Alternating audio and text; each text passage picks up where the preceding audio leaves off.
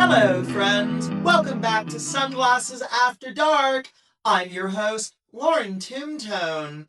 I am so excited to get into tonight's episode as we will be taking a feverish look at the 2026 film from Maggie Gyllenhaal, The Bride, as well as having an in-person sit-down with Spokane area artist and performer Shane Severide, also known as Sugah Dagger, and a musical performance from Nothing at the Moment, my new project with our camera person extraordinaire and my partner, Rae Vanth, who will be stepping out from behind the camera this time around. It is going to be quite an episode. Stick around, friends. Welcome back, friends. Are you ready to take a look with me at The Bride, the 2026 film directed by Maggie Gyllenhaal? Also starring Jessie Buckley, Christian Bale, Annette Bening, and Jake Gyllenhaal in a special role.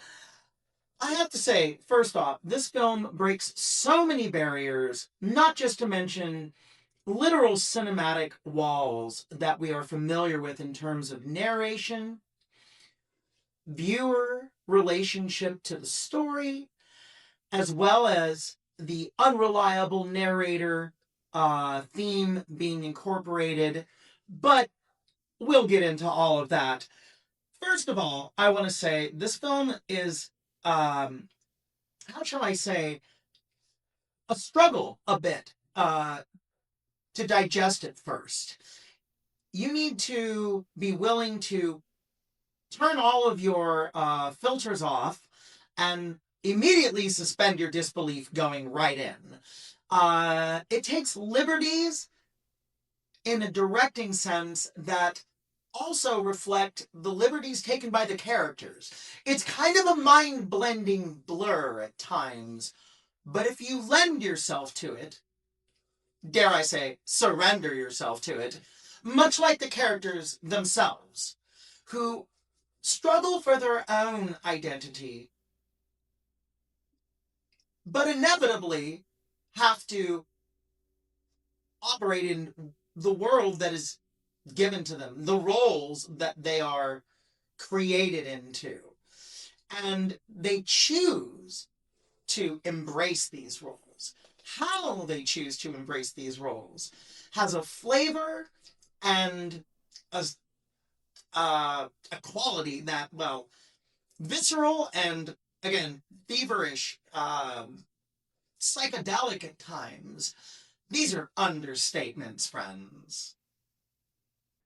In this next segment, I would like to take a look at one of the most powerful themes in this film, which is best expressed by brain attack!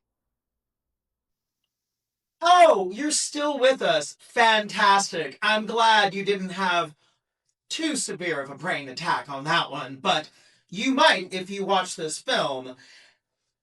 That much being said, the brain attack really is a take on feminist rage, and the feminist rage theme in this film, I think, is expressed in such a way that is so bold, so direct, that few films have dared to even try to touch on it, lest they go too far. And it's not really the women having a brain attack, it's the patriarchy that can't handle it, truthfully said, in my humble opinion. Another strong element in this film, however, is the romantic element and the chemistry between Christian Bale and Jessie Buckley, Ida and Frank, or the bride. Their love story tropes and plays out many familiar tragic love stories, from Bonnie and Clyde to True Romance. Uh, Again, the modern misfit love story's gone wrong. And many times that can be tired. This film is invigorated and breathes, in my opinion, a new life into some of these more classic film tropes that are directly woven into it, as it is set in 1930s Chicago. So many backdrops that you've seen before, but played out with a modernity, an intentional modernity that lends the feel and fire that I feel is timeless in any generation. Regardless of how we see the past, it's always it's always happening in that sense. The now is always happening. So if you were then that was the newest thing you'd seen. Same as now. But we often see the past cast as what it was. And this film takes a sledgehammer to it, darlings. So, with that being said, I don't want to go into the film without saying one more thing, that it does not end the way you think it does. I hope you give this film a chance, despite the terrible ratings and reviews that it got. In my book, 5 stars all around, darlings. Give it a watch, maybe two, and maybe come back to me in the comments and let me know what you think. That would be kind of fun. I'm really curious to see what my viewers think of this film as well. Now, please stick around as we will be having our sit down with Shane Severide, a.k.a. Sugah Dagger, up next.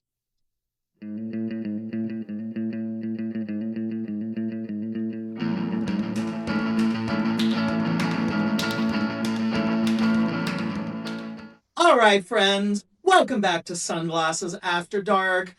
I am so pleased to introduce my guest, Shane Severide, aka Sugah Dagger. Shane, thank you so much for joining me here on Sunglasses After Dark in person. Well, thank you for having me. I wanted to start off with, when did you begin drawing? I began drawing at a young age, like most kids, just like doodling and Yeah. just having fun with colors. But I kind of had a different upbringing because most of my family didn't know that I was colorblind. Oh. And so I saw everything in grayscale, and everything was very much darker than the average person was describing to me. So I like to kind of like throw in that everybody has always told me that a heart is red. So I go off of what people tell me. An apple's red, sometimes it's green, sometimes it's got a little bit of splash of color, so you've got to like be able to tell the difference in that. So starting at like a young age of like 3 or 4, my parents were like, this color, it's crazy, artist, oh my gosh. Like my grandparents would like show my art to people and be like, oh my gosh, like they're using such interesting colors and like different like sides of like scales of that I had no idea. I had never gone to art school. I only had my parents around me. And that's just how you saw the world. That's just how I saw everything. And so it was just like, this is really, really cool. But getting explained, it was a different side of everything. And I was like, so when were you diagnosed colorblind, or when did that become? I'm still trying to figure that out. Okay. I haven't been in to see eye doctor or anything. So that would have been, so then to back up, as you were developing, as you were sort of discovering this difference in the way that you saw the world, as well as a talent for expressing how you saw the world. Yeah. That's coming at a time when, a lot of developmental stuff is happening. Young adulthood, a lot of kids, I think, struggle when they don't have a voice, and especially if they have an undiagnosed, thing like colorblindness that's causing them to have an underlying difference that nobody can quite pick up on.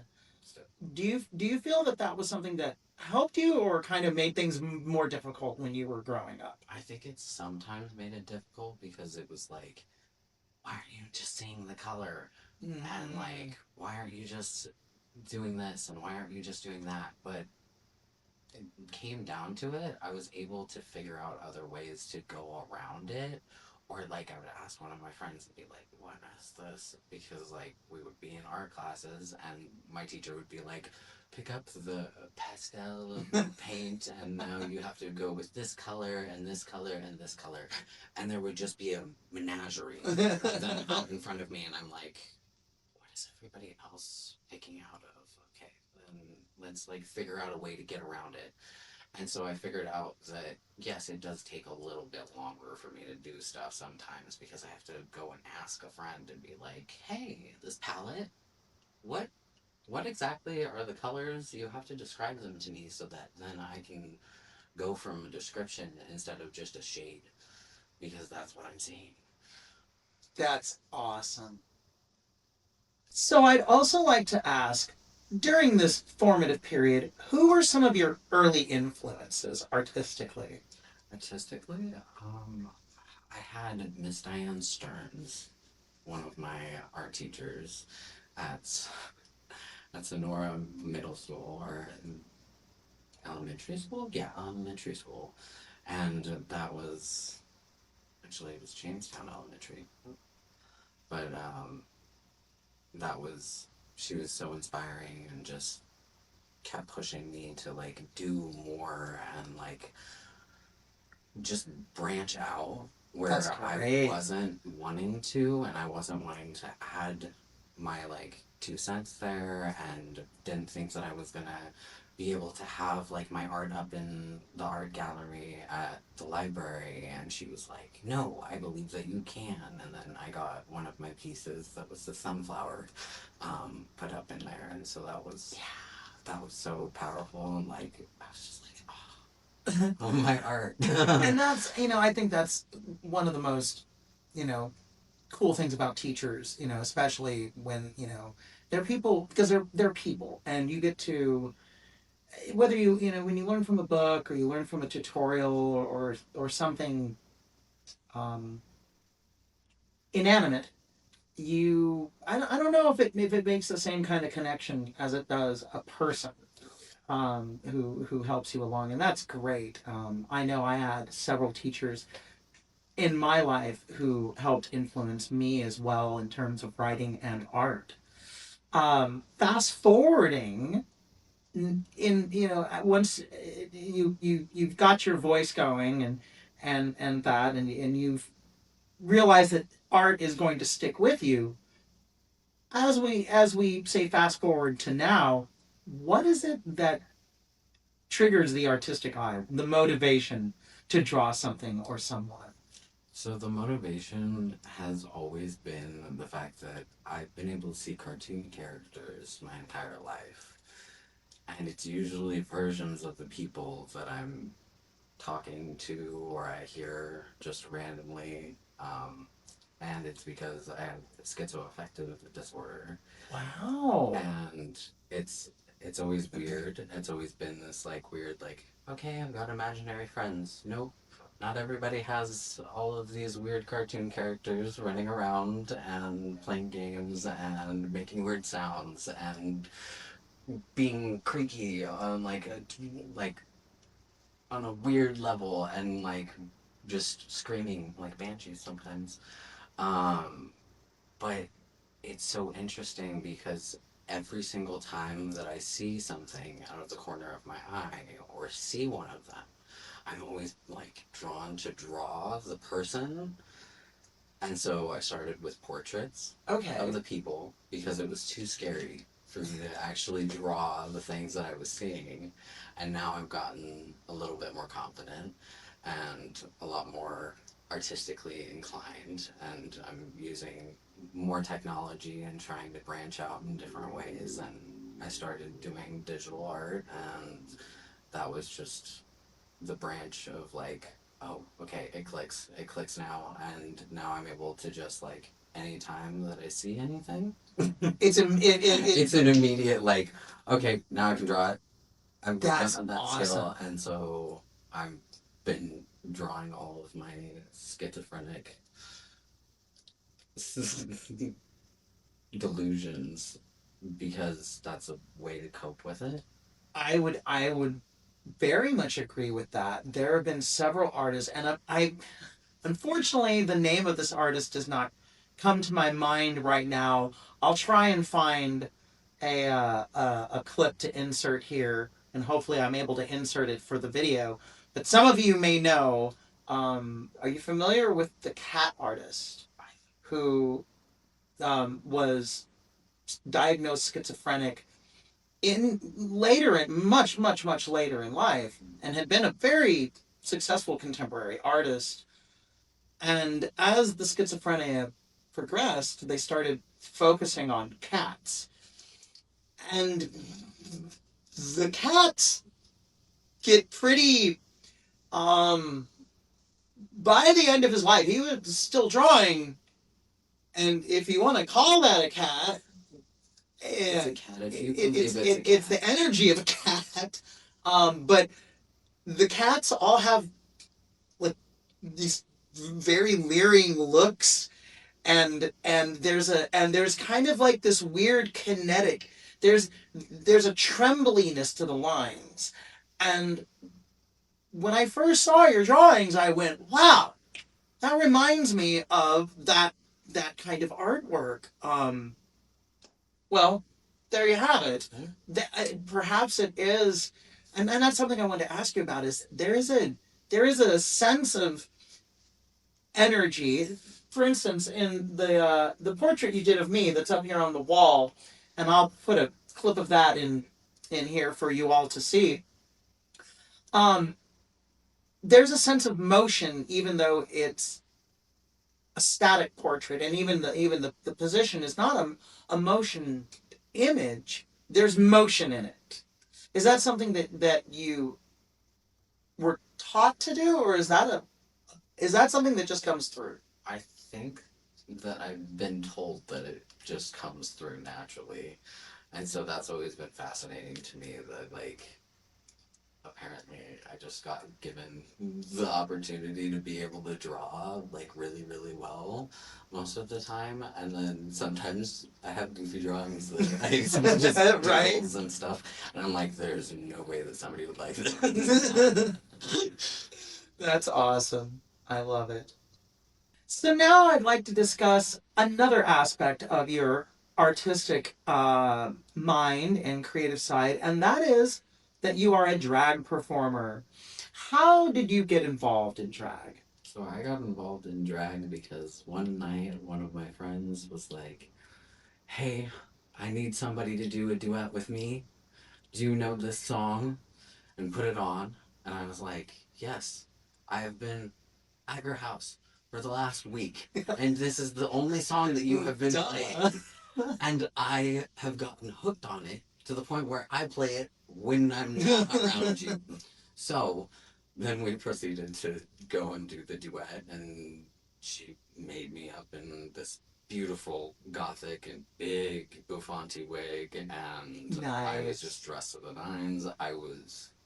It was so weird and so like comforting because I had gone from being in high school show choir and put in dresses because of the fact that I am trans man, and like put in dresses and put on stages with like corsets and pencil dresses and everything in between. And so then having that and be like, I didn't like getting into those costumes ever. But now I have a bunch of friends that want me to get into costumes all of the time because that night I ended up getting dragged onto the bar and walking around the entire bar at Globe here in Spokane. And like, I had like an amazing night. And it was just so like freeing and inspiring, and like so many people came up to me and were like, you're just so amazing and beautiful and gorgeous. And I was just like, oh my gosh, who are you talking about? Are you talking Right? about me? Suddenly, like all like, hey, maybe this dressing up theater thing ain't so bad. Yeah, like maybe I can branch out and do this again. And it's like a way to introduce theater back into my life. And so it was kind of like a segue for me doing a little bit more theatrical stuff. So when did your drag name did you come up with your drag name right away, or did you come up with it, or did someone come up with it for you? Because I gotta say I do love it. So everybody called me Sugar as a nickname, and I have no idea where it came from. I don't know who started it, but all of the drag queens in Spokane just decided to be like, "Yep, you're Sugar." All right, there you are. So then I went one Halloween before all of the actually doing drag. I decided to just do my face up in drag for the night because I was like, okay, so we have like 30 minutes before we can go trick or treating with the kids. Great. Um, I'm gonna throw this on and then we're gonna go. And so I sat there for 30 minutes and did big Adelano's lady eyebrows, and oh gosh, it was amazing because I had so many people doing like double takes because I'm wearing from down just a regular outfit and just full face, just Yes. staring at everybody. And they're I like, love it. "You have daggers for eyes." Somebody said it, and I went, "Oh, Sugar Dagger. Sugar Dagger sounds good." And so that was how Sugar Dagger kind of came about. And I think that I ended up asking a handful of friends and being like, hey, does this actually sound good? And they were like, yep, it sounds good. You should probably go with that. I think it fits your I think it fits your style impeccably. You have a mix of what I would call a kind of regal romanticism mixed with, you know, touches of gothic, but not in a maybe a modern gothy goth way. Again, more of a almost a very literary sense. So I think the name is absolutely perfect. In fact, I'd say it's sweet. Now that much being said, with your art, the mindset of your visual art, and your drag, do you ever see yourself through the same lens when you're coming up with a drag character or persona?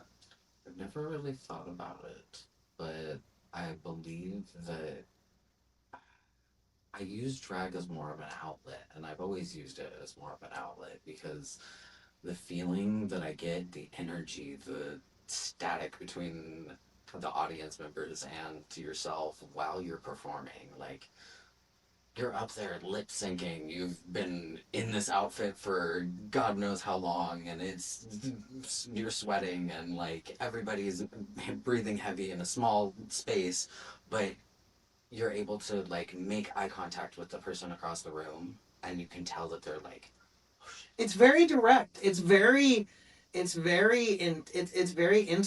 Mm-hmm. I think that's one of the things I love so much about drag performance as well.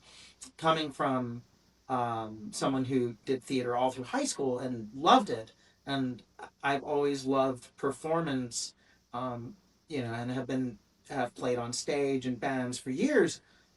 But there's always that stage audience, and you with drag, you're able to literally get up in people's personal space and in a polite way, or an appropriate way, or not appropriate way if it's appropriately inappropriate. But I know what you mean by that. It's such and it's quite a rush because you're going around a room and you're absorbing all that energy, like person to person to person, as opposed to sort of when you're on stage, sort of just embracing the wave of energy, and you can't really make out anyone super distinctly. Sometimes you can. You always have those bright stage lights. Exactly. Sometimes they're a blessing. Sometimes they're a blessing. more often than not, they can. I gotta say, the LEDs lately have been doing a number on my eyes when I'm on stage. But that much being said, yeah, I think it's one of those things that circuit is really a critical edge of it, and I find your performances to be very, very energetic and very uplifting. Now, Shane, if I may ask as well, what do you hope people get from your art or take away from your performances? I guess energy. I hope that they like walk away from my performances and they're like, oh my gosh, I just want to like go jump around like he did, or like spin around and like just have fun and like feel joy because I'm smiling halfway through, or I'm trying to invoke a new emotion in somebody by like giving them a look. Mm-hmm. But it's never to like scare somebody away. It's always to like invite them to like lean in a little bit closer, listen to the music, listen to what I'm saying, and like might make you a little bit happier, might make you smile. Give in to the illusion for a moment. Yeah, just into the illusion. It's amazing. It's always fun to watch like somebody's face go from like, what am I watching, to oh, I'm kind of enjoying this. That transition moment when you know you've hooked somebody, even if they just start doing their elbow, tapping their foot. Yeah, I can feel this. So I definitely relate to that. Now, I'd also like to ask, what do you have project wise coming up? Is there anything you'd like to share that is on the agenda? Well, we have Sunday Fun Gay that's coming up next month. There's another event. And that would be June. That's June. Oh gosh. June something. We'll throw it in at the end for anyone who has the curiosities. And that is at Jam Pod in Spokane. Then I'm working on trying to throw together some of my poetry and art into a book that hopefully I'll publish on Amazon. Fantastic. I don't know when that's going to actually happen, so stay tuned and I'll give you links for my website that I have up for Sugar Drip, and that's just like an update for all of the performances / like events that are coming up. Excellent. Other than that, I'm performing a fundraiser event that's happening on the 22nd at 9, I believe. So that's going to be at 9 Bar and Bistro. 9 Bar and Bistro. Fantastic. Well, it sounds like there is quite a bit of activity on the agenda for you, and for all of you, there will be links to follow and such to keep an eye out for Sugah Dagger's performances and Shane Severide's artwork and upcoming poetry book. There's quite a bit that I think you'll find interesting, unique, and, well, just worth your time. So please take a look at those links at the end of the show. And once again, Shane, thank you so much for joining me here on Sunglasses After Dark. And thank you for having me. We'll do it again sometime. Oh, yes, most definitely. Excellent. Stick around, friends. Much more to come. All right, friends. Welcome back to Sunglasses After Dark. I'm here with Rae Vanth, who is normally over there behind the camera, but has stepped around to join me for a few songs. Rae, go ahead and take it away. Hello, everyone. We are nothing at the moment, and we're going to play a couple songs for you. This first song is a cover. It's by a band called The Cranes. It's called Jewel.